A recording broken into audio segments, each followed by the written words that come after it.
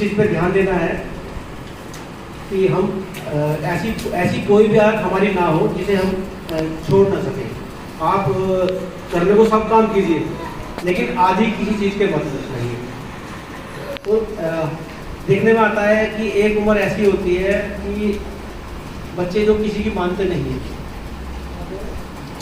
तो अगर हम उस समय बच्चे को थोड़ा ध्यान दें, देखें उनको, मतलब उनकी जो उम्र चल रही है उस समय हम उस पर ध्यान दें, तो अगर हम इस चीज़ पर ध्यान दें तो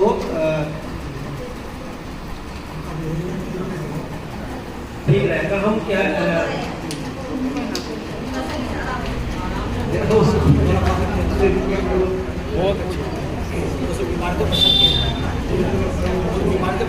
हाँ, ये एक उम्र बच्चे की ऐसी आती है कि वो किसी की नहीं सुनता। जब लड़का या लड़की किशोर अवस्था में पहुँचते हैं, टीन एज में पहुँचते हैं, तो उसमें क्या होता है कि अगर कोई बच्चा अगर कोई लड़का लड़की के अगर उसमें आता है, जब वो बच्चा उस चीज़ में पड़ जाता है और उसके बाद आप उसे समझाने की कोशिश करो ना, तो सबसे बड़ा दुश्मन उसके आप ही हो। मतलब जो भी उनसे ये कहेगा कि बेटा ये नहीं, तो सबसे बड़ा दुश्मन आप होंगे। तो अगर हम लोग बच्चे को उस अवस्था से आने से पहले अगर हम उस बच्चे को उस अवस्था के बारे में बताएं, समझाएं, उदाहरण के तौर पे अगर मैं अपने बच्चे से या लड़का या लड़की से कह दूँ बेटा ना तुम ना उस उदाहरण के तौर पे कह दूँ उस तरफ मत जाना, वहाँ मत जाना, लेकिन बच्चा क्या सोचेगा, ऐसा क्यों पापा, उधर क्यों मना करें, ऐसा क्या है वहाँ। बच्चा सब कुछ छोड़ के पहले वहाँ जरूर जाएगा। अगर आप, मेरा अपना मानना है कि उस जो भी वहाँ विसंगति है, खराब है, कुछ गलत है, आप उस बच्चे को वहाँ इसके बारे में बताइए, आप उसको वहाँ दिखाइए और तब उसे आप कहिए कि बेटा मैं इसलिए ऐसा कह रहा था, तो फिर वो आपकी बात, मतलब आपको सही समझेगा, आपकी बात को मानेगा। ऐसे ही लड़की, अगर लड़की भी एक उम्र ऐसी आती है कि वो उसको, मतलब वो तो ऑटोमेटिक बच्चे का अपने अंदर होता है, तो अगर वो बच्चे को उस एज आने से पहले, उस चीज़ों को पढ़ने से पहले अगर हम बताएं कि बेटा ये चीज़ें, उसमें अपने मतलब जो महिलाएं हैं लड़की को समझाएं और जो पुरुष है वो लड़कों को समझाएं। और अगर आप अच्छे उसके हो तो आप मतलब पिता होकर भी लड़के से बात कर सकते हो, और अब अच्छी माँ अगर माँ हो तो माँ होकर के भी मतलब अपने बेटे से बात कर सकते हैं। तो ये होता है खुले विचार। तो उस समय क्या होगा कि बच्चा उस जो स्थिति ऐसी आएगी उसको भटकेगा नहीं, और जब बच्चा इस उम्र में भटकेगा नहीं ना, तो फिर वो अपने आप चलेगा, फिर आपको कुछ भी कहने की जरूरत नहीं है, फिर वो बच्चा कहीं गलत दिशा में जाने का नहीं है। यही चीज़ ऐसे ही नशे की है। नशे की भी एक एज होती है।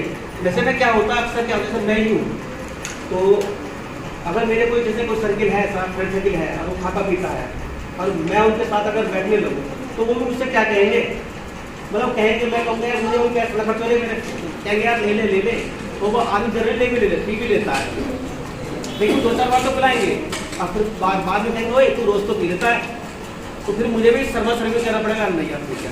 और जहाँ मैंने शुरू किया तो वो सर्किल वो राउंड घूम लगता है, एक बार वो, एक बार ये, एक बार ये, एक बार ये, एक बार ये। अगर आप इनसे बच पाए, मेरा अपना मानना है कि ऐप ना 200 सीखता आदमी, ऐप 200 सीखता आदमी, और अगर आप वहाँ पर रुक गए तो आप, मुझे की कोई ताकत नहीं जो आपको गलत राह पे ले जाए। और अब आप जब सही हो ना तो आप किसी से बोल भी सकते हो, मतलब उदाहरण बोल सकते हो, क्योंकि आप जब एग्जाम्पल हो तो बोल सकते हो। और जब मैं किसी कुछ काम को गलत मैं काम कर रहा हूँ, मैं कहूँ बेटा ये मत करना, तो बच्चा तुरंत मुँह पे कहेगा हमें सिखा रहा है, तुझे ये काम करता है, तो हम उसमें बोल भी नहीं पाते। तो इस तरह से हमारे बच्चे मिसगाइड बिल्कुल नहीं होंगे, और जब बच्चे मिसगाइड नहीं होंगे तो बच्चे अच्छे लिखे पढ़ेंगे और तो आगे बढ़ेंगे। वो चीज उस मोबाइल में ऑटोमेटिकली और ज़्यादा आने लगती है। तो बच्चे अगर के हाथ में मोबाइल है और बच्चे अगर परिवार या पेरेंट्स उस पर ध्यान नहीं दे पा रहे कि बच्चा क्या चीज़ देख रहा है, क्या गलत देख रहा है, सही देख रहा है, अगर हम बच्चे को उस चीज़ को नहीं टोकेंगे तो बच्चा जो चीज़ देख रहा है फिर उसी रास्ते पर चलेगा। फिर बच्चों का अंदर जो होता है कि माता पिता का बच्चों को समय नहीं देना, मतलब माता पिता वो किसी जॉब करते हैं और बच्चे घर में अकेले हैं और बच्चों को वो समय नहीं दे पा रहे हैं। बच्चा अगर कोई बच्चे की समस्या है, पेरेंट्स अगर उसकी समस्या को नहीं सुन पा रहे हैं तो भी बच्चे के अंदर ये भावना होती है और फिर एक दूसरा संगत का असर। जैसे कोई बच्चा, अगर एक मैं कहानी सुनाता हूँ कि एक गांव में एक बच्चा था, बड़ा ही होनहार बच्चा था और अपने पढ़ने में भी वो बड़ा टॉप क्लास में करता था। लेकिन धीरे धीरे बाद में क्या हुआ, जब वो कॉलेज गया तो कॉलेज में दोस्तों के साथ दोस्ती वगैरह हुई, तो एक दो दोस्त जब साथ में बाहर निकलते थे तो कुछ लोग ऐसे थे तो साथ में जब दोस्त थे तो एक दोस्त ने उसको कहा कि ले जरा इसको टेस्ट कर ले कि ये पिएगा तो तू तेरे अंदर ताकत आ जाएगी, जोश आ जाएगा। उसने मना किया कि नहीं, मैं ये सब चीज़ नहीं करता। तो उसके दोस्तों ने उसे फोन किया कि यार कुछ नहीं होता, कोई बात नहीं, एकदम मार ले। तो उस बच्चे को मजबूर किया गया और वो बच्चा ने वो पी। जब उसने सिगरेट पिया तो धीरे धीरे फिर उसको जब नशे की आदत लगी, वो सिगरेट पीना शुरू हुआ, फिर आगे वो दारू पे चला। चलने के बाद धीरे धीरे एक दिन वो आ गया कि वो नशे का इतना आदी हो गया कि वो बिना नशे के रह नहीं सकता था। जब कंडीशन ये आ गई तो वो क्या करे। एक दिन ये हुआ कि उसके पास नशा करने के लिए, दारू खरीदने के लिए कोई पैसा नहीं था। उसने माँ से पैसे मांगे तो माँ ने पैसे देने के लिए मना कर दिया। जब माँ ने पैसा देने को मना किया तो उसने उस नशे की इच्छा को अपनी पूरी करने के लिए अपने ही घर में माँ के पर्स से पैसे चुराए। जो बच्चा पहले बहुत होनहार बच्चा था और हर माँ बाप को, अपने माता पिता का आज्ञा का पालन करता था और पढ़ने बहुत अच्छा बच्चा था, आज वो नशे के साथ साथ मतलब घर में चोरी भी करने लगा।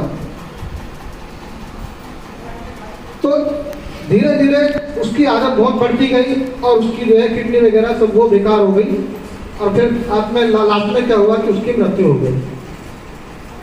तो एक बच्चा मतलब हमारी संतान कब और कैसे शैतान बन गई उसे पता ही नहीं चला। तो इसी कड़ी में मैं आगे बढ़ाते इस कार्यक्रम को, जो आज हमारे इस कार्यक्रम के मुख्य वक्ता और आपको विस्तार पूर्वक बताएंगे हमारे आदरणीय गुरुजी श्रद्धेय रमेश गौतम जी। वो आए और सभी उनका जोरदार तालियां बजाकर स्वागत करें।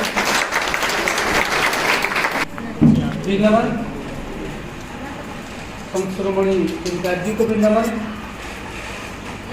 आज इस प्रोग्राम की अध्यक्षता कर रहे हैं श्रद्धेय डॉक्टर जयगान जी, डॉक्टर डी.वी. सारा साहब, जिनका पूरा जीवन मिशन को देश के कोने कोने में पहुंचाने में यहाँ तक संघर्ष किया है। और साथ ही आज जो इस सभा का आयोजन, जो जिम्मेदारी, जो मेहनत की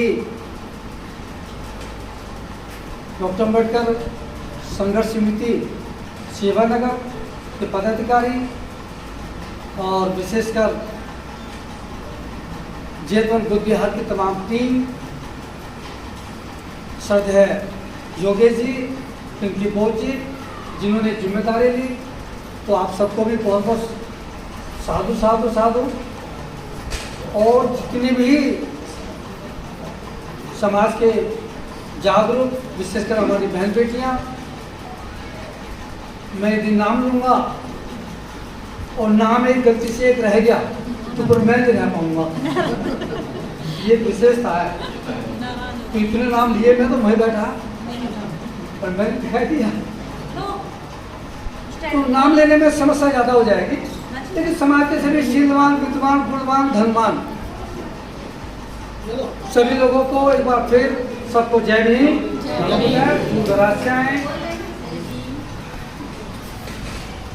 क्योंकि मैं शरीर से भी कमजोर हूँ तो मुझे चेयर चाहिए। और क्योंकि आज अध्यक्ष जो शैतान बन जाते हैं, अब जितने भी यहाँ पर समाज के जागरूक और बड़े बड़े विद्वान बैठे हुए हैं, मैं उन लोगों से एक रिक्वेस्ट करना चाहूँगा, क्योंकि हम लोग परिवार के लोग हैं और जब परिवार में कोई इस तरह की सामाजिक मीटिंग हो तो फिर हम कोई बातें जब छिपाते हैं तो उसका कोई ज़्यादा फायदा है नहीं। मैं यदि आप लोगों से पूछूं, उनसे पूछ लूँ जो वास्तव में अपने आप को विद्वान मानने बैठे हैं, अब एक भी ऐसा नहीं मिलेगा कौन कह देगा मैं नहीं हूँ। लेकिन मैं केवल इतना पूछना चाहता हूँ कि जितना ज्ञान मैं जानता हूँ, जितना ज्ञान आप लोग जानते हो, क्या उतना ज्ञान बुद्ध और बाबा साहब के पास है या उससे भी ज़्यादा हो सकता है? हाँ जी। तो इससे मतलब क्या होगा कि हम जितना जानते हैं उससे बहुत ज़्यादा ज्ञान, और ऐसा कोई टॉपिक, कोई ऐसा विषय, सब्जेक्ट महापुरुषों ने हमें नहीं दिया, वो संदेश, ऐसा कोई संदेश नहीं छोड़ा कि जिससे हमारे परिवार नरक बन जाए। जी, तो मैं शुरू होता हूं। जो सभाएं होती हैं, सभाएं दो तरह की होती हैं। एक होती है शोक सभा। शोक सभा कब होती है? जब आप मरो तो शोक सभा, लेकिन उसमें पर आप नहीं बोलते, मैं नहीं हूँ अपनी शोक सभा में जी। और एक होती है सोच सभा। ये सभा कौन सी है? सोच सभा।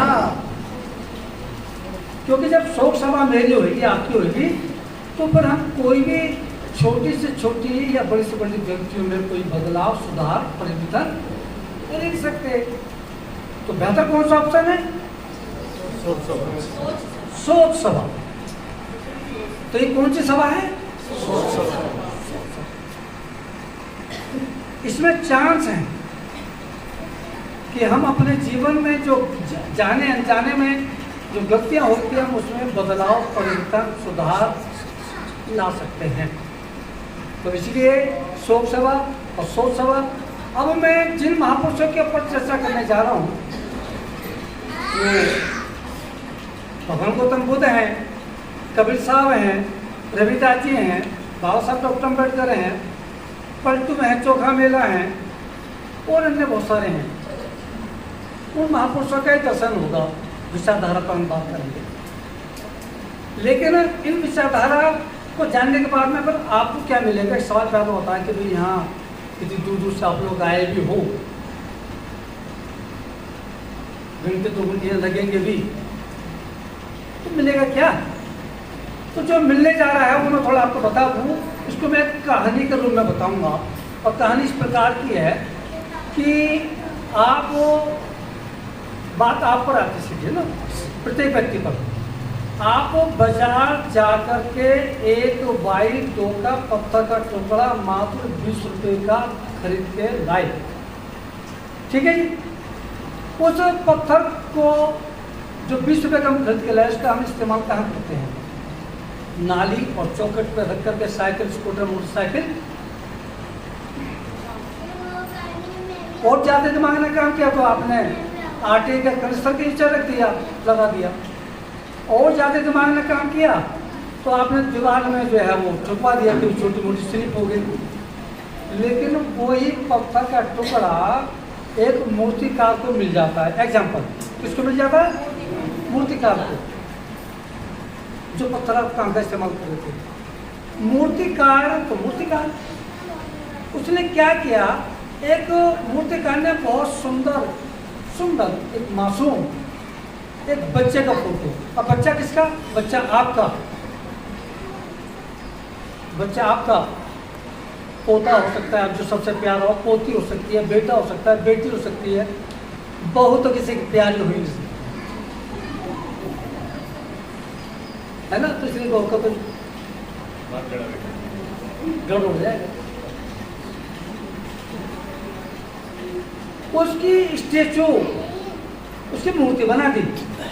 नोट कर लेना, मासूम सुंदर बच्चे की जो सबसे लाडला, सबसे कीमती आपके लिए क्या बनाया थी उसने? मूर्ति। अब उस बच्चे को, पत्थर की मूर्ति बच्चे को देख करके सब लोग दंग रह गए। सब लोग कह रहे हैं कि क्या जान डाली है मूर्ति का। लोग क्या कह रहे हैं? क्या जान डाली है, लेकिन मूर्तिकार जो कह रहा है उस पर अगर ध्यान देना। और क्योंकि आप बुद्धिजीवी हो इसलिए आपको पहले बता दूँ कि एक बात का बड़ा महत्वपूर्ण है। एक बात ध्यान रखना कि 1 मिनट में जिंदगी तो किसी की नहीं बदलती, लेकिन 1 मिनट में लिया गया फैसला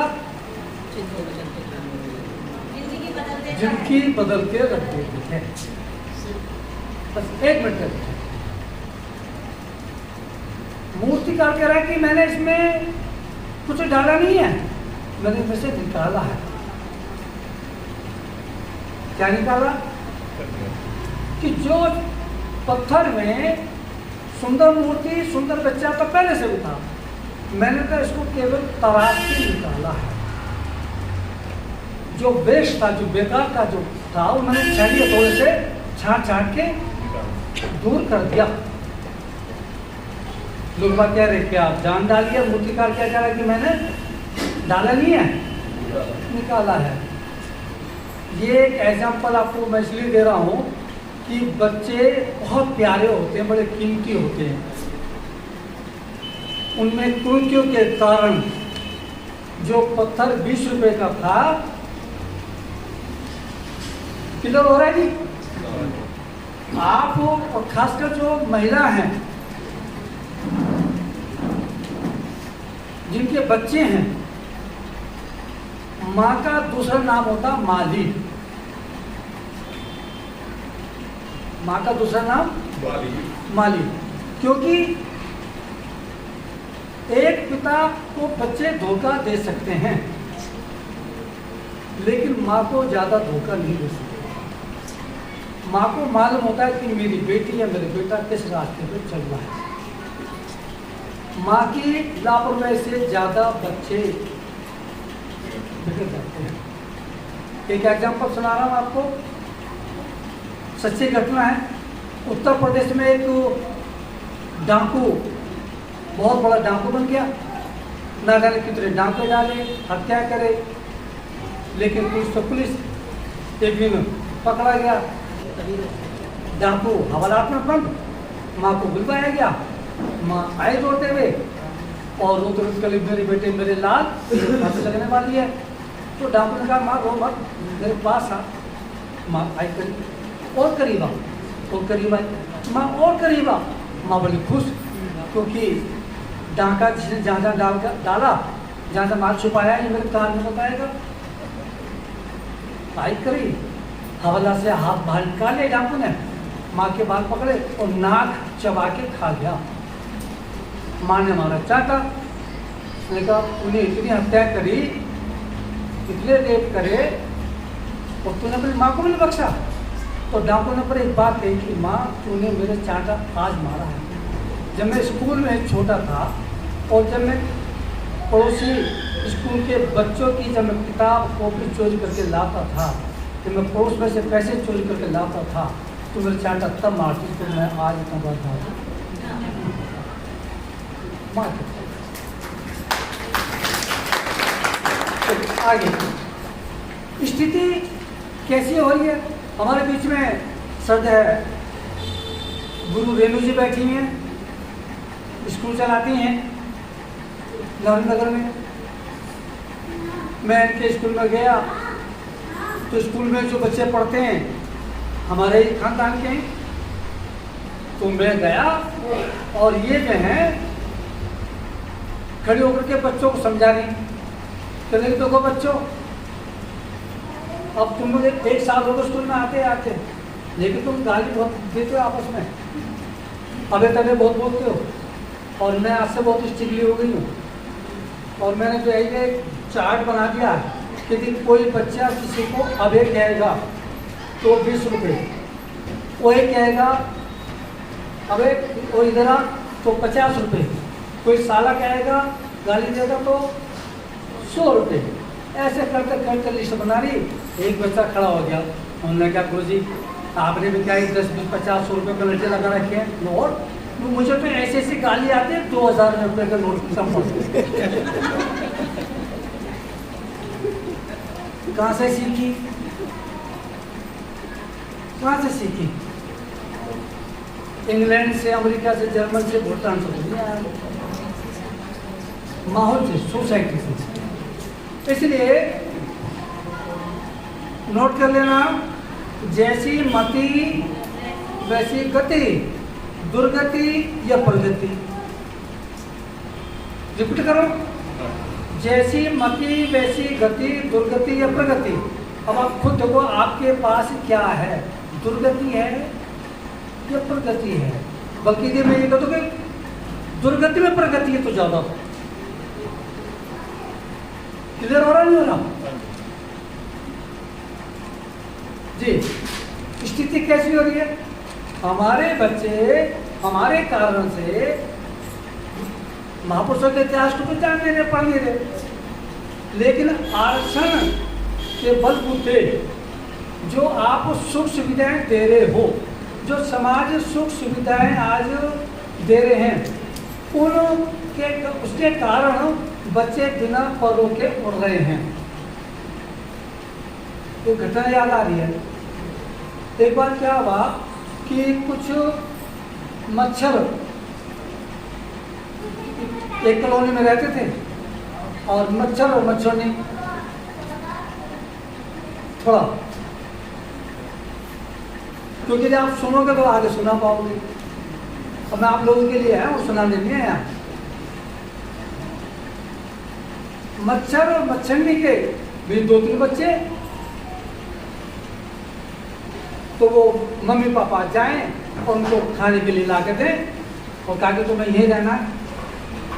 एक दिन मच्छर के बच्चों को गलतफहमी हो गई कि भाई अब हम भी बालिग हो गए। मम्मी पापा से कहा हम भी बालिग हो गए, अब हम भी तुम्हारे तरह उड़ेंगे और हम जब खुद कमाएंगे खुद खाएंगे, तुम्हारा कब तक यहाँ ला के चलाओगे।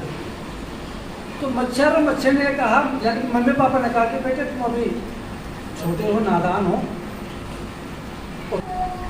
अब बच्चों ने सोचा कि मम्मी पापा तो उड़ गए, अब हम भी उड़ते हैं और इनके आने से पहले, यानी कि मम्मी पापा के आने से पहले हम आ जाएंगे, जैसे धोखा देते। वही हुआ।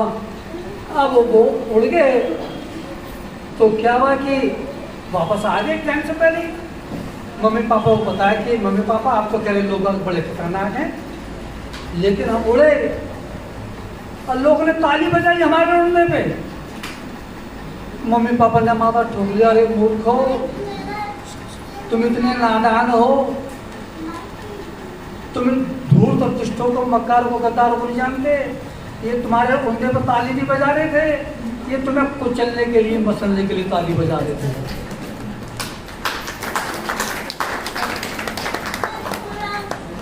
आज आपके बच्चों के हक अधिकार जो कुचले, जो मसले जा रहे हैं, क्लियर हो रहा नहीं हो रहा?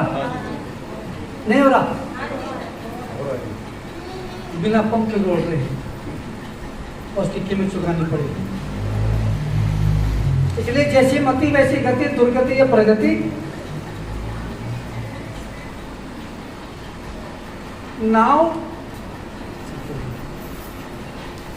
नाव कितनी भी कीमती हो, आप उस नाव में सोना चांदी लगा लो, उसमें हीरे जवाहरात जड़ लो, लेकिन आपको बता दूं कि डूबने के लिए एक छेद ही काफी होता है। आपके बच्चे कितने भी ब्रिलियंट, कितने भी अच्छे पोस्ट पर पहुंच जाएं, लेकिन ये ऐब नशा घुस गया तो फिर डूबने से बचाएंगे। इसलिए ये जो आज का टॉपिक रखा है, केवल इसलिए बार बार मैं रिपीट करूंगा कि 100 सवा। तो ये जो टॉपिक रखा नशे का, और खासकर मार्च के महीने में, तो आप लोगों को थोड़ा बता दूं कि ये 10 मार्च 1927 को आपको बहुत सारी जो बातें बताई जाएंगी वो सन और डेट के कारण बताई जाएंगी। 10 मार्च 1927 को बाबा साहब डॉक्टर अम्बेडकर साहब, यानी कि उनकी, हम क्या बोले हैं, लेकिन हम सबकी माता रमाबाई जी, उन्होंने बाबा साहब से शिकायत की। जहाँ वो रहते थे चौल में, और उसमें शिकायत करते हुए कहा कि बाबा साहब आप तो बाहर रहते हो, लेकिन हमारे समाज के जो लोग हैं, जो बच्चे हैं और जो आदमी हैं, तो बहुत सारा आप कहते हैं झगड़ा करते, मारते पीटते, तम्बाकू खाते हैं, क्या क्या बताना। तो आप एक आंदोलन नशे के खिलाफ भी करो। इसमें क्या कि बाबा साहब को भी प्रेरणा कहाँ से मिली? एक महिला से, हम सबकी माता रमावती। डेट मैंने बताई 17 मार्च 1934 की घटना आपको बताने जा रहा हूँ। अभी मैं फिलहाल ये बताने जा रहा हूँ कि बाबा साहब से हमारा रिश्ता क्या है। 17 मार्च 1934 को बाबा साहब डॉक्टर अम्बेडकर बॉम्बे में एक छोटी सी सभा को संबोधित करते हुए कहते हैं, और उसमें उनके 2 परम मित्र भी थे। एक गायक वाड़कर साहब थे और एक सिंधे करके थे। वो 2 बड़े उनके परम मित्र थे, दाएं बाएं हाथ वाले। बाबा साहब ने उनसे उस सभा में कहा कि देखो भैया, हिंदू मेरी कभी भी हत्या कर सकते हैं। क्या करें? हिंदू अब मेरी कभी भी हत्या कर सकते हैं। उसके पीछे रिजल्ट बहुत सारे हैं, मैं ज़्यादा उसमें डिटेल में नहीं जाऊँगा, क्योंकि 1932 में जो पुनः पैक्ट हुआ था, जो अधिकार आपको मिल गए उस वजह से।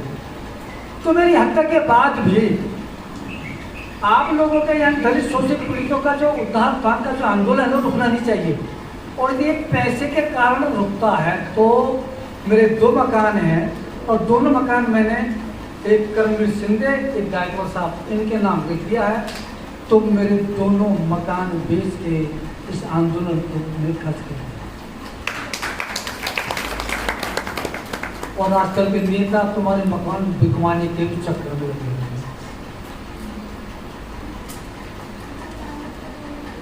बाबा साहब डॉक्टर अम्बेडकर हमारी माँ भी है। अब बात आती है कि फिर मैं अपने टॉपिक पर आता हूँ कि जो गुरु होते हैं हमारे बीच में, आज मुझे बड़ी खुशी हो रही है, बहुत सारे गुरु आज अवेलेबल हैं। और ये अभी एग्जाम चल रहे हैं, रिजल्ट बनना नहीं, तो आज यहाँ जगह नहीं मिलती थे, सारे गुरु इकट्ठे हो गए थे। क्योंकि मैं तो गुरु को ही बुला रहा था, लेकिन जब मुझे पता लगा कि अभी वो अपनी बेचारे सर्विस पे हैं उनको बड़ी जिम्मेदारी है, फिर मैंने जो है आप सबको बुलाया। तो जो गुरु लोग हैं जो शिक्षा से जुड़े हुए थे, 1 मिनट के लिए खड़े होते हैं अपनी बड़ी जगह पे, 1 मिनट के लिए आप जो गुरु जो एजुकेशन से जुड़े हुए हैं, जो टीचर, आप सबको साधु साधु साधु अच्छा लगा। गुरु का जो तात्पर्य है, हम यदि संस्कृत पढ़ने जाते हैं तो ये जैसे 2 वर्डों को बनता है। गु होता है गुरु, गु का अर्थ होता है अंधेरा, और रू का अर्थ होता है उजाला। ये गुरु का मीनिंग है, उजाला, अंधेरे से उजाले का। लेकिन असली जो गुरु हैं पूरे वर्ल्ड में, भगवान गौतम बुद्ध, यस या नो? कबीर साहब, रविदास जी, बाबा साहब, ज्योतिबा फूले, और अन्य बहुत सारे हैं। ये हमारे मतलब वर्ल्ड में के भी गुरु हैं, ज्ञान के भी गुरु हैं, और हमारे भी सबके गुरु हैं। लेकिन गुरु की विशेष एक पहचान होती है, और वो आज तक आपके ऊपर लागू है, आज तक समाज पर तो लागू है ये। वो क्या है? आप तो खड़ी रहूंगी, हम तो कह रहे हैं मतलब गुरु माँ आप तो अब देखा सीनियर जी। गुरु की एक विशेषता यह है कि जो स्टूडेंट गुरु की शक्ल कभी पसंद नहीं करता। गुरु एक और चिड़ अनेक, कोई मोटी, कोई गंजा, कोई चश्मू, है जी? नहीं ऐसा? जी मधु जी प्लीज बताइए। अब छोड़ो इस बात को। अरे जब आप कभी स्टूडेंट थे तो आप कभी इस पा जाओ ना, जब आप भी तो स्टूडेंट रहे कभी, तो गुरु को कैसे कैसे नाम। पहली बात बढ़िया, दूसरी बात तो गुरु की आपको शिकल नहीं अच्छी लगेगी, गुरु की आपको बात अच्छी नहीं लगेगी, ऐसे गुरु की पहचान बता रहा हूँ। और आप गुरु हैं, स्टूडेंट रहे हो, ये तुम्हारे बच्चे हैं। यदि स्कूल की जब छुट्टी होती है ना, तो आप सही माने बताओ कि खुशी बच्चों को ज़्यादा है या उसके माँ बापों को ज़्यादा है, या जो टीचर है उनको ज़्यादा है?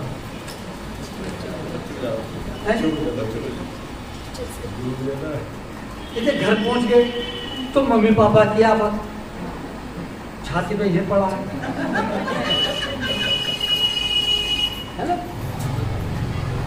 सबसे तो खुशी टीचर को होती है जी, जैसे नो बच्चे को ना तो टीचर पसंद कर रहे ना माँ बाप पसंद कर रहे, अब आप भी रहे हो कभी। तो कुल मिलाकर के जो बाकी जो गुरु हैं, असली जो गुरु होगा, ये भभूत और पानी और बेचने वाले नींबू और ये तोड़ते वाले नहीं मैं बात कर रहा।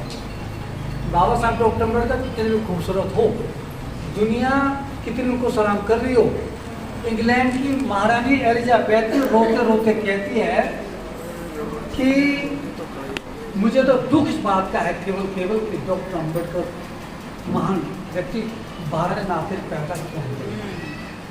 और चोले चमार बाबा साहब की बात जरा इकट्ठे बोल देना, आज भी बाबा साहब को पसंद नहीं कर रहे।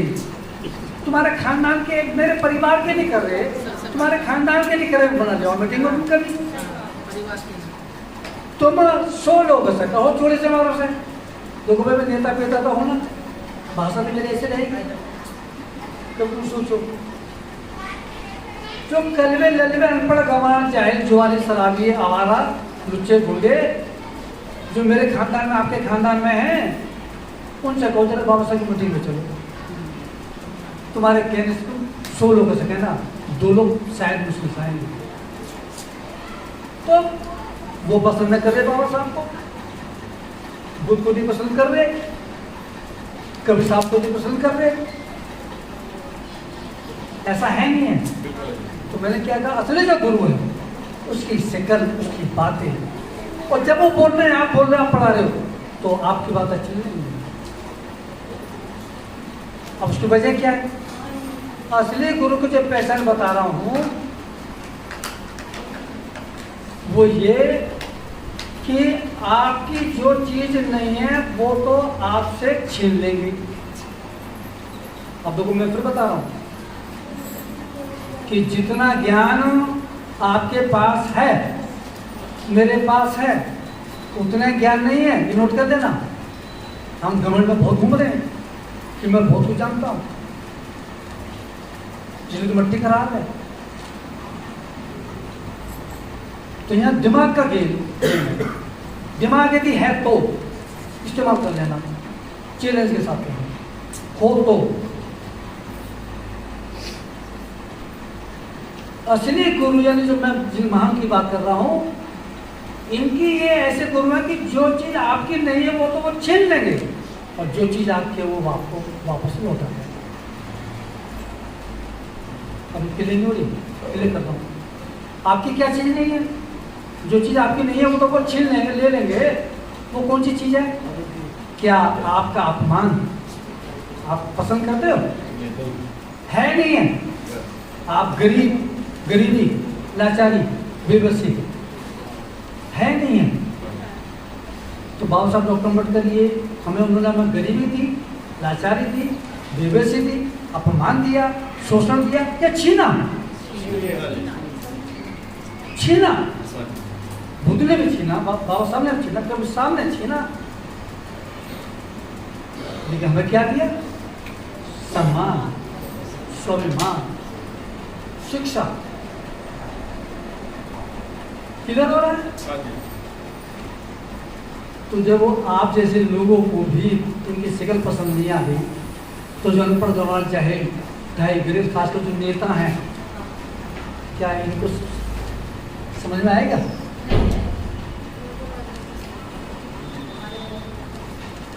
जी चलिए बात आते हैं कि ये कैसे नशा इतना विस्तार हो गया।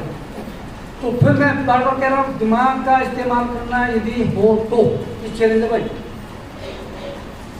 बार बार इस बात को कहूँगा। आदमी आप जो भी हो, दुनिया में कोई भी व्यक्ति आज है, वो अकेला नहीं है। उसका जो टोटल जो उसका व्यक्तित्व है, वर्ड समझ में आ रहा है? जो जोड़, जो खूबी, जो विशेषता, जो पहचान, जो इमेज, जो गुडविल, जो वैल्यू, वो कौन बनाता है? आदमी नहीं बनाता, उसका धर्म बनाता है। एग्जाम्पल मैं किसे खड़ा करूं, हमारे बीच में हमारी बहन बैठी हैं, आप ही आ जाइए 1 मिनट के लिए। हाँ 1 मिनट के लिए आप ही आ जाइए। एक एग्जाम्पल मैं दे रहा हूँ केवल जो है, और ये सब आप पे लागू होगा। मैंने क्या बताया कि जो धर्म है, हिंदू, मुस्लिम, सिख, ईसाई, बौद्ध, जैन, तो जो आदमी जिस धर्म का होता है उसका अपने व्यक्तित्व का, उसकी इमेज, गुडविल, उसकी वैल्यू का फर्क पड़ता है। तो आपका नाम? मेरा नाम शारदा कुमारी। किस डिपार्टमेंट से रिटायर हुई हैं? मैं दिल्ली गवर्नमेंट टीचर थी, वहाँ से रिटायर हुई 2020 में। और भगवान गौतम बुद्ध बाबा साहब को ज्योतिर्लिंग फल कब से मानती हैं? जब से मेरी शादी हुई है, मेरे हस्बैंड मानते थे, वो सन 83 से मैं उनको मानती। उससे पहले हम क्या करते हैं? मेरे इससे पहले हम तो आए थे थोड़ा सा।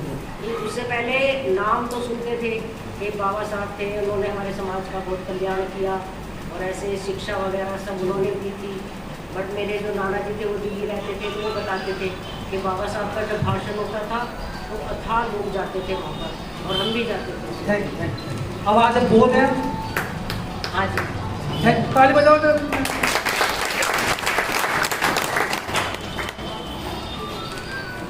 भैया मोबाइल जरा बंद कर लो।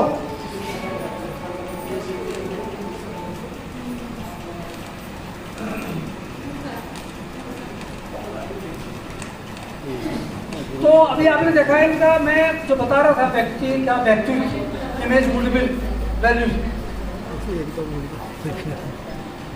कि पहले ये जब तक बाबा साहब को खुद को नहीं समझा था बुद्धिस्ट होने से पहले, तो क्या थे? दलित। आज भी जो लोग दलित समझते हैं, बाय द वे, एक एग्जाम्पल वो मेरे ऊपर सबका लागू होता, तो हमें क्या समझते हैं? बेशक हम क्या एग्जाम बोलते हैं, तो हमें क्या समझते हैं?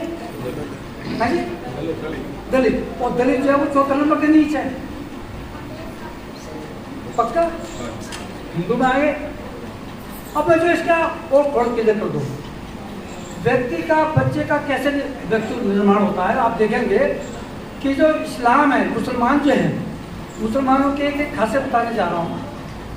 आप गरीब से गरीब मुसलमान को, अनपढ़ गंवार जाहिल मुसलमान को, गुंडे बदमाश मुसलमान को आप 1 लाख रुपए दो और उसको बोलना कि तो ये शराब मस्जिद के बाहर खड़े होने के लिए है,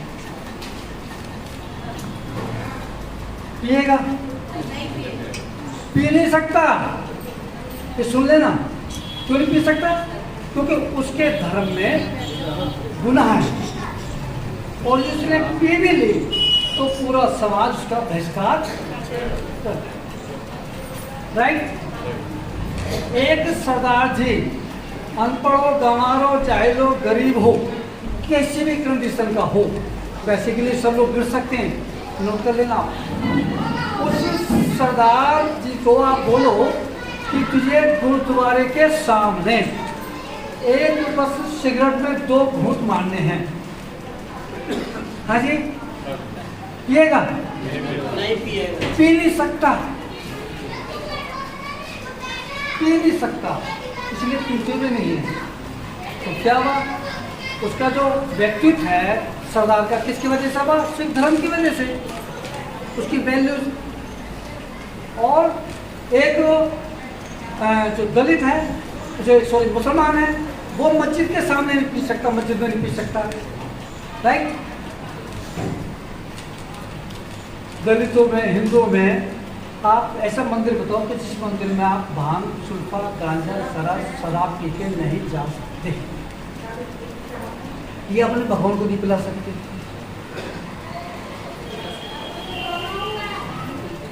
हाँ जी, कितना हो गया? कितना नॉलेज हो रहा? बोध है तो हो गया क्लियर? व्यक्ति का व्यक्तित्व, आपकी वैल्यूज, आपकी कीमत, सरदार जी को सरदार जी, अनपढ़ भी होगा तभी आप ज्ञानी जी कहेंगे।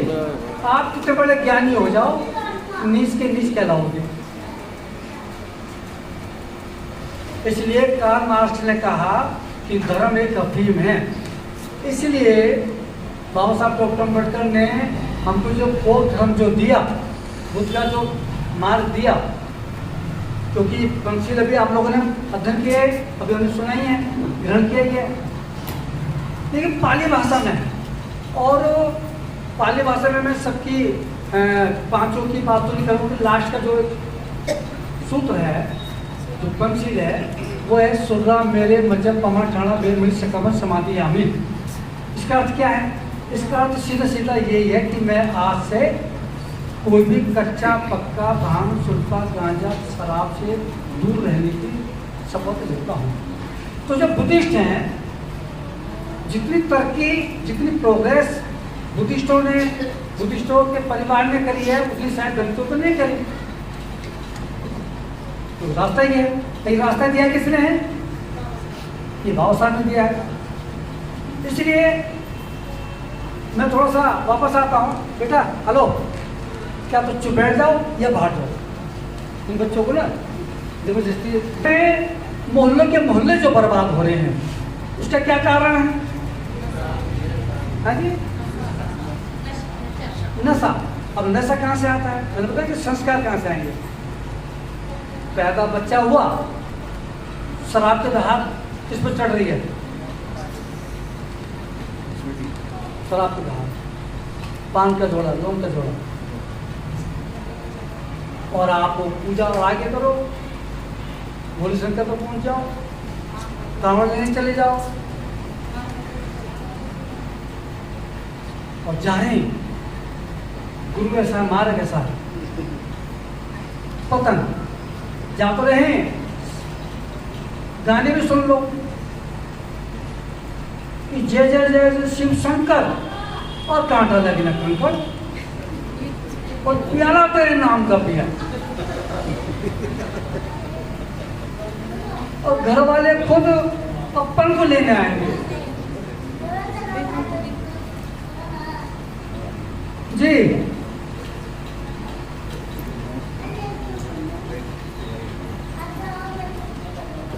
गाना सुन रहे हो ना? जय जय शिव शंकर, कांटा लगे ना कंकड़, और प्याला तेरा नाम का पिया। गाने भी सुन लो।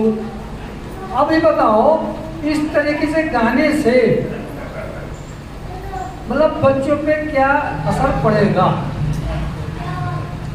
दम मारो दम, मिट जाए। आरती करो, पूजा करो, कांवड़ लेने भेजो, दम मारो दम और मिट जाए। और बहुत सारे जब मर जाते हैं ना, पी के जो मर जाते हैं, एक नई और हमने परंपरा निकाली कि जो शराबी मर गया उसकी अर्थी पे आधा पवा और देखिए बेटा, तू जब तक जिंदा रहा तो जब तक तो तू पी के मरा, तो वहां भी जाके पी के मर गया। ये है हमारे संस्कार। गुटका, गो माने गो, क्या माने चट्टी, और खा मैंने खा। क्या टॉपिक पर आइए ना, सुन लो लाइव टेलीकास्ट हो रहा है। कोई बात नहीं, कोई बात नहीं, सुन लो बस सुनना नहीं सुनना तो अब हाँ, ऐसी चीज सुनने के लिए तो कारण जो हमारे समाज में युवाओं का जो पतन हो रहा है, और ना जाने कितनी बार ऐसा भी हुआ है, आस पड़ोस में भी आप देखते होंगे, घर परिवार में भी देखते होंगे कि बूढ़े माँ बापों के सामने जवान बच्चे भी अर्थीयों पे जा रहे हैं। इससे बड़ा कोई बोझ दूसरा कोई कमजोर पे हो नहीं सकता। रीजन क्या है? रीजन नशा। अब ये जो बाबा साहब डॉक्टर अम्बेडकर जो हमको रास्ता दिया है बुद्ध धर्म का, पंचशील का, इसमें आप देखेंगे कि जो धर्म और धम, धम जो है वो एक रास्ता होता है, धर्म एक सिद्धांत होते हैं, ये पाली भाषा का अर्थ है। और धम रास्ता का तात्पर्य ये कि आदमी खासकर युवा चौराहे पे खड़ा है, रास्ते जाते हैं चारों तरफ, युवा चौराहे पे खड़ा है, होता है। धम माने रास्ता, पद, धम पद, पद माने क्या होते हैं? पैर, कदम। रास्ते चारों तरफ जाते हैं। एक रास्ता जाता है स्कूल कॉलेज की तरफ, थान की तरफ, एक रास्ता जाता है शराब के ठेके की तरफ, एक जाता है जुए घर की तरफ, चारों तरफ रास्ते जाते हैं। इसलिए धम पद यानी कि भगवान गौतम बुद्ध ने जो रास्ता बताया, जिस रास्ते पे आदमी चलता है चलते चलते वही आचरण बन जाता है। आचरण की परिभाषा आ माने आ, यानी कि रास्ते बुला रहे हैं चारों तरफ, आ माने आ, और जिस रास्ते पे भी आप चलते चरण जो चरण आपके चलेंगे वैसे ही आपका आचरण से चरित्र बन जाता है। इसलिए ये बात बड़ी गहरी है। लेकिन जो नशे के कारण, क्योंकि हम जिस गंदगी से, जिस दलदल से निकलने के लिए कोशिश कर रहे हैं, अभी हमें वर्षों लगेंगे। शराब पीने के जो कारण और उसके पतन के जो कारण हैं, कुछ अब मैं घटनाएं बताने जा रहा हूँ। वो घटनाएं बहुत बिल्कुल छूने वाली हैं। कुछ लोगों को अच्छी लगेगी, कुछ लोगों को बुरी लगेगी, क्योंकि वो कहानी है और कहानी किस्सों के माध्यम से मैं बताऊंगा। मेरी बहनें बैठी हुई हैं, थोड़ा सा संयम से काम लें। रीजन ये, कुछ बातें ऐसी लगेंगी कि उसमें उन्हें सुनने में अशोभनीय भी लगेंगी, लेकिन उसको आप ऐसे मान के चलना कि जैसे एक मेडिकल प्रोफेसर जब किसी मेडिकल स्टूडेंट को, चाहे लड़कियाँ और लड़के हों, उनको जब एक समय में टीचिंग देते हैं तो वो बॉडी के विभिन्न अंगों के बारे में जो जानकारी देते हैं, उसका तात्पर्य कोई अश्लीलता नहीं होती, वो केवल बॉडी के विभिन्न अंगों के बारे में नॉलेज होती है। इसलिए पेशेंस के साथ आपको सुनना होगा। नशे के कारण कितनी बड़ी बड़ी कीमत चुकानी पड़ रही है, वो मैं आपको बताने जा रहा हूँ कि एक शराबी की पत्नी रोज लड़ाई झगड़ा करे और लड़ाई झगड़े में डॉक्टर ने कहा कि यदि तुम शराब पियोगे तो तुम जल्दी मर जाओगे। पत्नी ने कहा कि मैं तो बहुत कहती हूँ लेकिन मानती नहीं। लेकिन क्या हुआ कि चलो डॉक्टर दवाई दी और डॉक्टर ने कहा कि मैं तुम्हें दवाई दारू दे रहा हूँ, इसका ठीक से इस्तेमाल करना टाइम से और ध्यान रखना। लेकिन पति ने जो शराबी था दारू फिर पी ली। पत्नी ने कहा कि डॉक्टर ने मना किया है और तुम मरने को तैयार है कि मान ले। लेकिन शराबी ने कहा कि ऐसा है, जो डॉक्टर ने कहा मैं वही कर रहा हूँ। चले कैसे? कि डॉक्टर ने कहा था कि दवा दारू, सुन लें ध्यान से, दवा दारू टाइम से ले ले, इसलिए मैंने दवा दारू से ले ली। बोला क्लियर। अगले दिन वो फिर वैद्य के पास लेके पहुंच गई।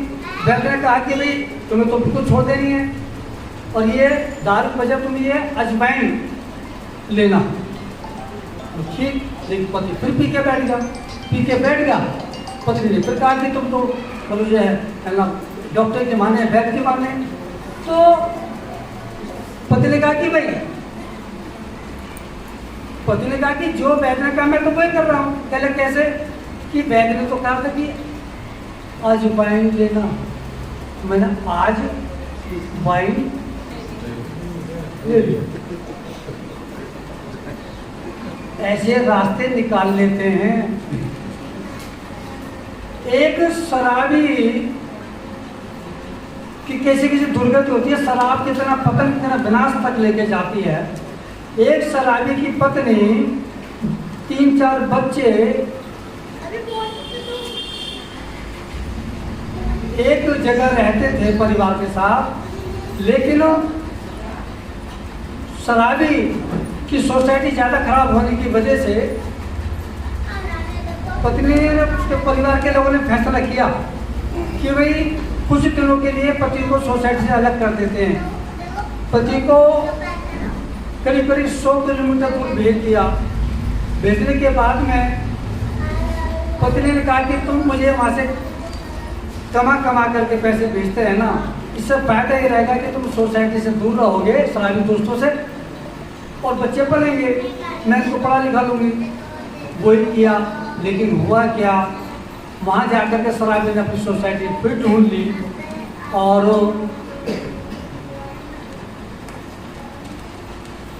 पत्नी ने पति के लिए लेटर भेजा 1 महीने के बाद और कहा कि जी जो आपने कमाया पैसे भेज दो,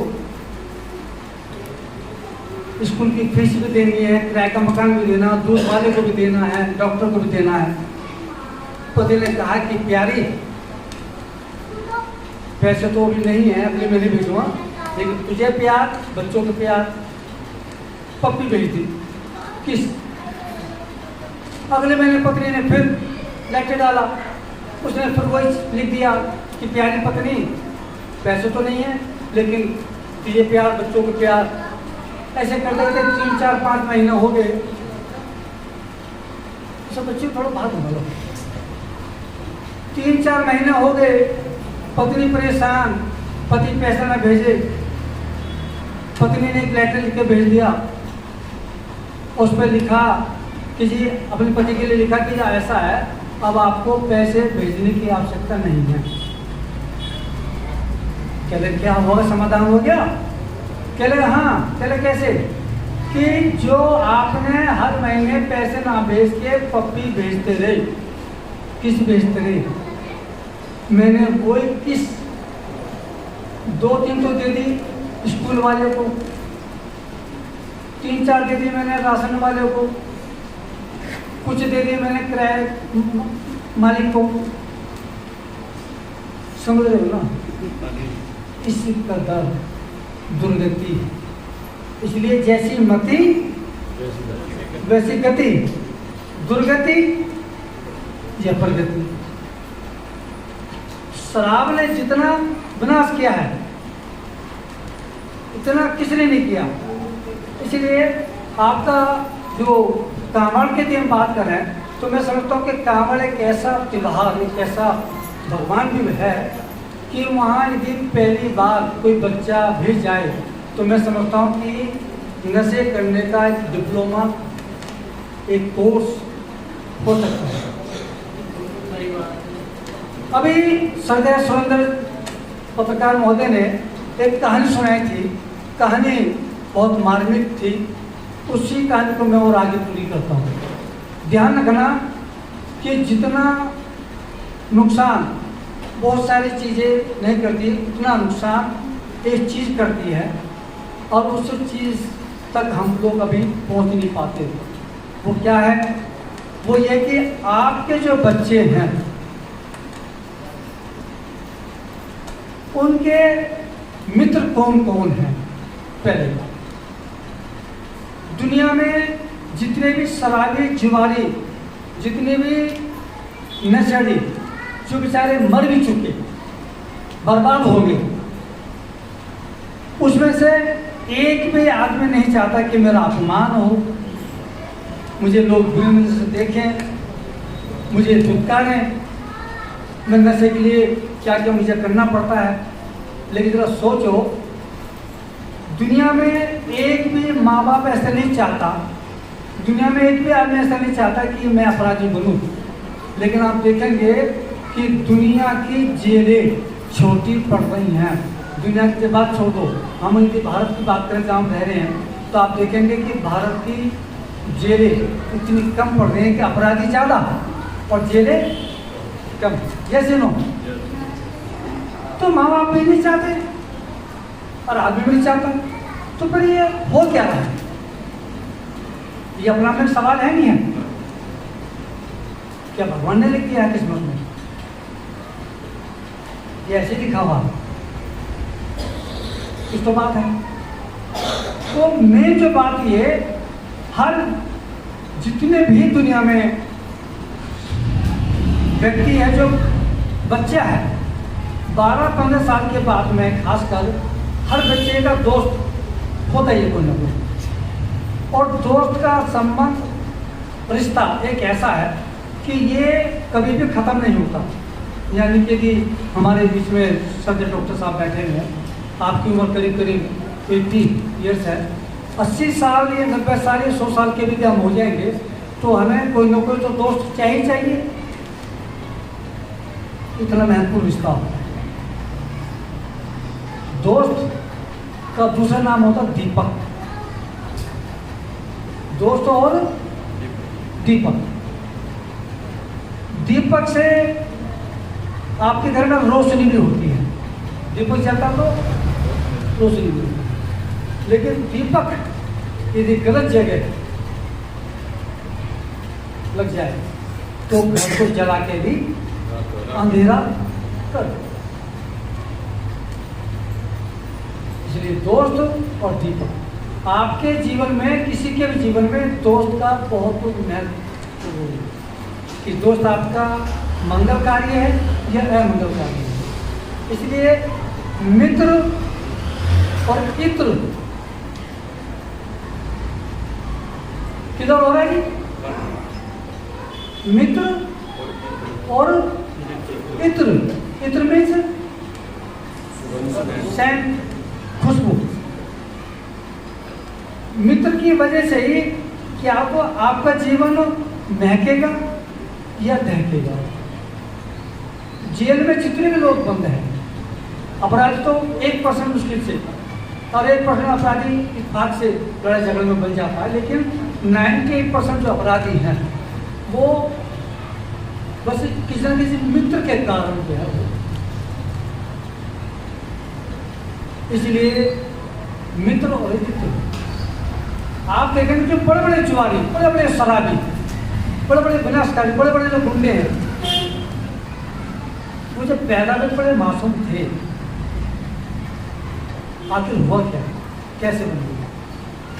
उसमें किसी न किसी, जिसका हाथ है ना, वो नाम बता रहा हूँ, सबसे पहले जो हाथ है 99% आपके मामा का लड़का, बुआ का लड़का, मौसी का लड़का, या बहुत प्यारा कोई मित्र।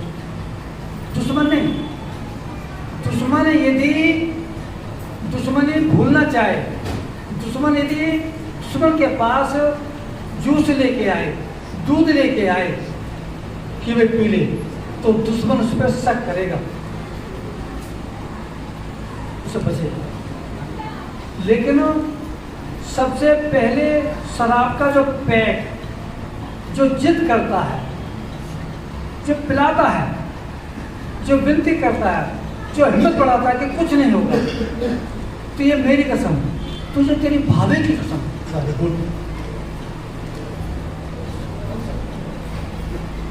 तो ये मेरी कसम। तो पहला पैर कौन पिलाता है? ओपनिंग कौन करता है? पतन के रास्ते को कौन लेके जा रहा है जी?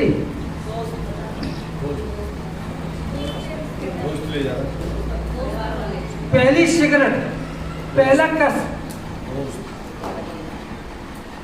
पहली बार गुटखा कौन पेश करता है? रिश्तेदारों को भाई बहन परिवार के दुश्मनों से तो आप बच लोगे। दुश्मन यदि जूस लेके आया है उससे तो सावधान रहेंगे। किलो वाले हो रहे हैं मेरी बात, तो किससे ज्यादा सावधान रहने की जरूरत है? दोस्त तो हैं, हम भी किसी के दोस्त हैं। मामा का लड़का, बुआ का लड़का, चाचा का लड़का, ताऊ का लड़का, जहाँ हमारे घनिष्ठ मित्र है, संबंध है, जहाँ विश्वास है, सबसे पहले हमें प्रेरित जो करते हैं, कुछ नहीं होगा, सिविल पॉइजन, मीठे जहर। क्लियर हो रहा है? मतलब तो कोई भी जुआरी, कोई भी शराबी नहीं पता चाहता। एक बार क्या हुआ कि इसी तरह की एक सभा चल रही थी, एक भटका हुआ लड़का, जुआरी, शराबी, न जाने कितने और ऐबों में फंसा हुआ, डॉक्टर सहरा जी की बात सुन रहा था। डॉक्टर सहरा जी की बात सुनी, उसने आकर के इनके पैर पकड़ लिए। तो जब ऐसी उम्र के लोगों को कोई पैर पकड़ता है, आपके भी कोई बच्चे के पैर पकड़ते तो क्या क्या आशीर्वाद देते हैं?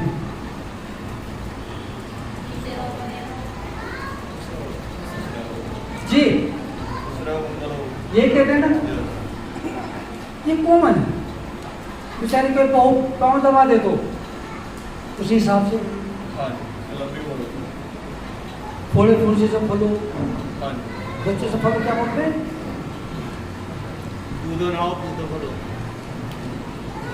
लेकिन डॉक्टर साहब ने जो जवाब दिया, जो आशीर्वाद दिया, वो बहुत अलग हटके था।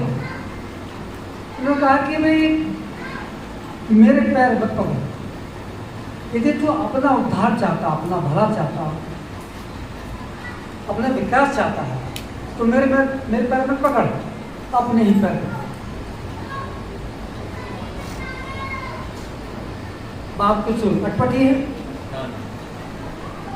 अटपटी है, कुछ तो बोलो है ना। इसके क्लियर तो कर दूं। क्लियर ये ने क्या कहा कि अपना भला चाहता, उद्धार चाहता, उत्थान चाहता, तो मेरे पैर में पकड़, अपने पैर पकड़। क्यों? क्योंकि जो शराब, जुआ, बाकी जो ऐबों में जो चल रहा था, पतन के रास्ते में जा रहा था, मैंने कहा आचरण। आदमी का दूसरा नाम सीढ़ी भी है। आप उस सीढ़ी पे चढ़ते चढ़ते चढ़ते आसमान की सफलता होती है, आसमान भी छू सकते हैं, और यदि आप चाहे तो उतरते उतरते गिरते गिरते पाताल की खाई में भी समा सकते हैं। तो डॉक्टर साहब ने कहा कि भैया मेरे पैर में पकड़, मैं तो सही रास्ते पर चल रहा हूँ, तू गलत रास्ते पर चल रहा है, इसीलिए यदि तो अपना उद्धार चाहता, भला चाहता, तो अपने पैर पकड़। क्लियर हो गई? इसलिए हमें जो होशियार जो रहना है, वो किससे रहना है? लेकिन बाबा साहब ने जो हमें बौद्ध धर्म का जो रास्ता दिया, जो सिद्धांत का रास्ता, जो पंचशील का रास्ता दिया, इतना महत्वपूर्ण है। मैं इसकी एक दो कहानी आपको बताकर अपनी बात खत्म करूँगा। कहानी इस प्रकार की है, क्योंकि पंचशील तो हम सब जानते हैं इसकी वैल्यू। एक बार क्या हुआ, एक लड़का अपने दोस्त के लिए एक गिफ्ट लेके गया, किसके पास? कोरियर वाले के पास। और कोरियर वाले से कहा कि भैया इस पैकेट को मेरे दोस्त के पास इस एड्रेस पे भेजना, लेकिन बहुत संभाल के भेजना, बहुत संभाल के। कोरियर वाले ने पूछा कि क्या इसमें कोई ऐसी कांच की चीज़ है कि जो टूट जाएगी? तो उस लड़के ने जो जवाब दिया कोरियर वाले को, ये बहुत सुनने वाला है। और मैं फिर बता रहा हूँ कि 1 मिनट में तो ज़िंदगी नहीं बदलती, लेकिन 1 मिनट में लिया गया फैसला ज़िंदगी और ज़िंदगी के मायने बदल देते हैं। उस लड़के ने कॉलेज वाले से कहा कि कांच की यदि कोई चीज़ टूट जाती तो आज मार्केट में कई प्रकार की लिक्विड है जिससे वो पेस्ट हो जाती है, या नहीं लेके मैं दे देता हूँ। तो इसमें क्या है? उसने कहा कि इसमें पंचशील की बुक है, और यदि किसी के पंचशील टूट गए तो जीवन ही बिखर के नष्ट हो जाए, नहीं होती। क्लियर नहीं हो?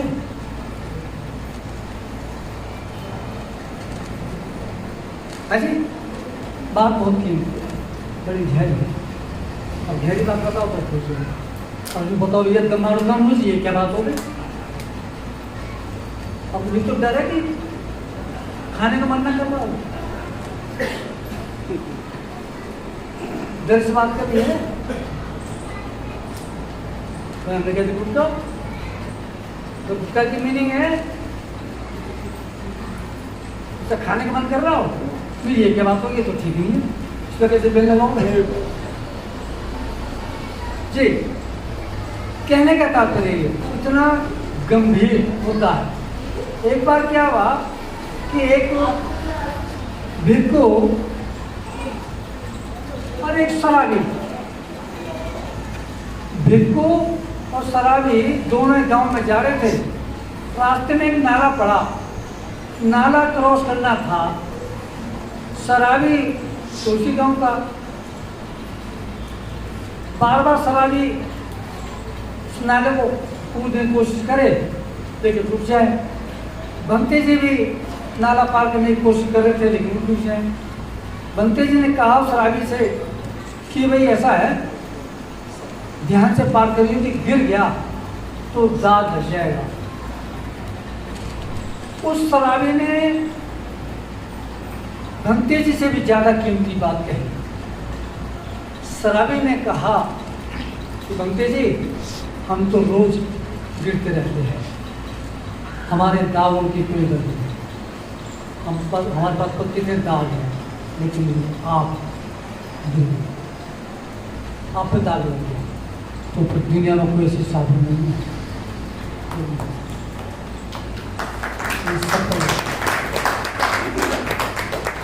सोसाइटी का बहुत बड़ा फर्क पड़ता है।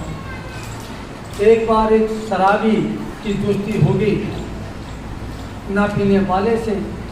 बैठे हैं हमारे दोस्त हैं देवीश्वरन जी की, नहीं पीते थे, तो शराबी से दोस्ती होगी। उसने जो होली वाले दिन पटा लिया कि चलो भी आज पी के आते हैं, तो चलो। अभी तो विद्वान आदमी, क्या हुआ कि जो जिन्हें शराब पी तो संभल के चल रहा था, उन्होंने कभी पी नहीं, और जब भी नहीं पी तो रास्ते में कई बार गिरे सड़क पर। शराबी ने कहा अभी तो पी भी ना है, तो पी भी नहीं है, कैसे कर रहे हो? इन्होंने जो जवाब दिया बड़ा गहरा था। उन्होंने कहा कि मैं गिरने की प्रैक्टिस कर रहा हूँ, मुझे पीऊँगा तो गिरना तो पड़ जाएगा।